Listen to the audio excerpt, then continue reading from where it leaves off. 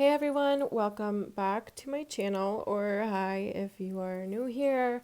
My name is Anna, and today we're going to be live swatching a brand new palette from the brand called Give Me Glow Cosmetics. And I'm obsessed with the brand, and I figured I might try something new today. Cheers to all the moms out there who's also having a glass of wine. Please do not drink if you are under the age. So, we're going to be live swatching this baby, and I figured I would try a new thing of doing a voiceover while I swatch it.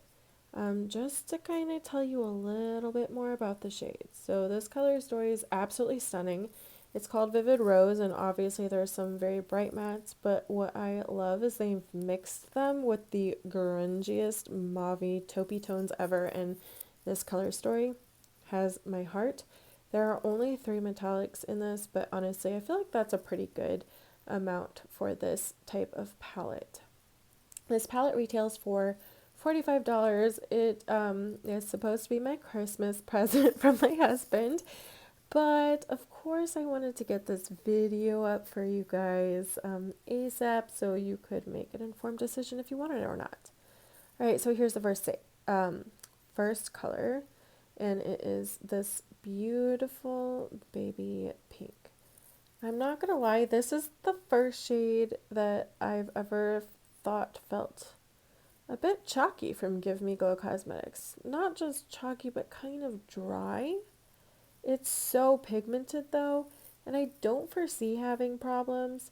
The only thing I'm worried about is if it will blend out okay. So this might be one that you want to take a tiny bit at a time and slowly build. Going into the first kind of bright bubblegum pinky shade, this one I feel like wasn't quite as dry or that chalky feel, but I do feel like it still had a little bit more of a drag than some other Give Me Glow Cosmetics matte formulas do. So that was interesting. I don't know if they're changing their formula. I'm not really sure, but again, swatches versus how it performs on the eye, you really need to take with a little grain of salt because, yeah, definitely not exactly how it will perform on the eye at all, because obviously I would use a brush for those colors. Next is their metallics. Their metallics are literally the most amazing thing. They are life. If you've never tried Give Me Glow Cosmetics, but you love super intense metallics, I highly suggest you pick up a palette of theirs, or you pick up like a few singles. Their metallics are perfect. This is a beautiful pink with golden sparkles in it, and do you see how shiny that is? I don't use any primer on my arms when I do this. I don't have lotion. I don't have anything on my arms, just my bare naked arms and my fingers to swatch so you can see the colors. Now, the reason why I like doing finger swatches personally is because to me, swatches, especially like on Instagram, help people see what the colors really look like. I know it's not going to show anything about performance, but it's really going to help them decide with colors. Like, I want to see them up close in all their glory so I can decide if it's a color that I really need to add to my collection.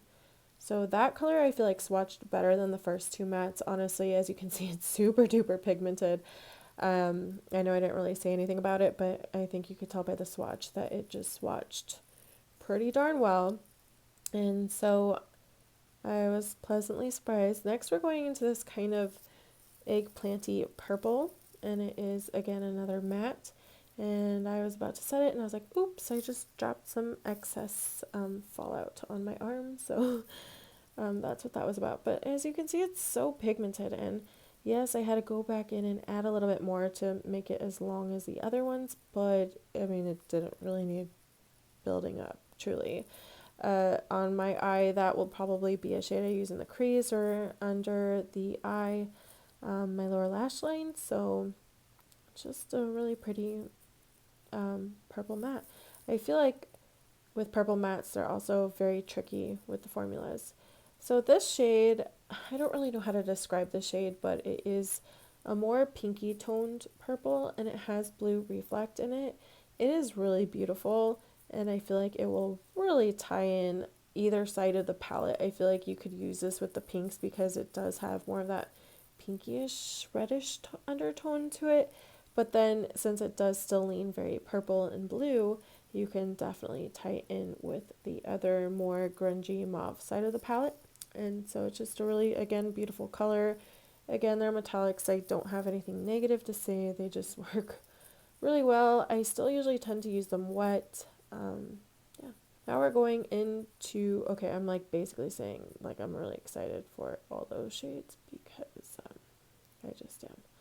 All right, so next we are going into, I'm trying to decide here. I'm like, what shade am I going to swatch next?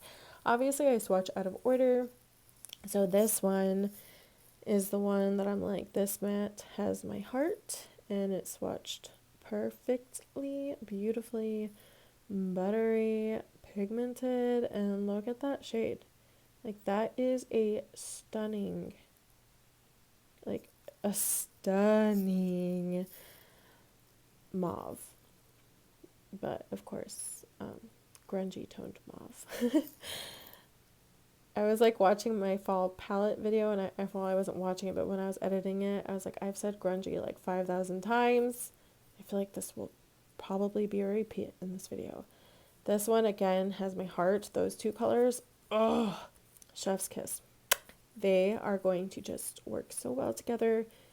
Perfect tones. Just, oh, they're going to be so beautiful.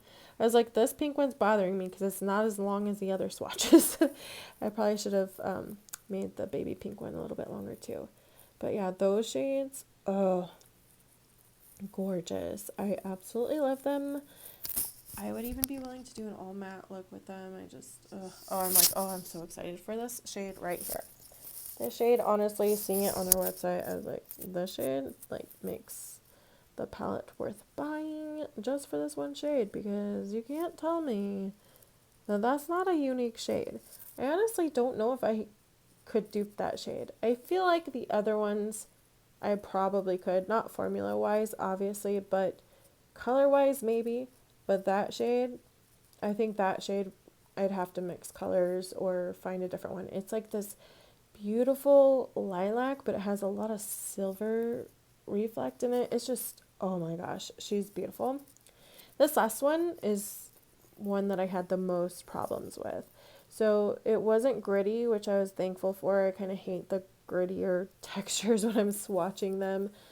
I know you can't really feel it on your eye, but I just can't stand it. I hate feeling those gritty eyeshadows. It's not gritty at all. It's very soft. I did find it very easy to build though, and it did blend. So even though I did have to build it up so it didn't look patchy, it still built up fine. And I think that's more important than it just being patchy and not being able to build up. So it doesn't bother me. And I feel like that one I'll probably just be using to deepen up my crease anyway. I don't know. Unless one day I'm like, oh, let's try this all over the lid. We'll see. We'll see what happens. But again, I still will be doing my regular first impressions using this palette, and probably like a 2 looks 1 palette or something else.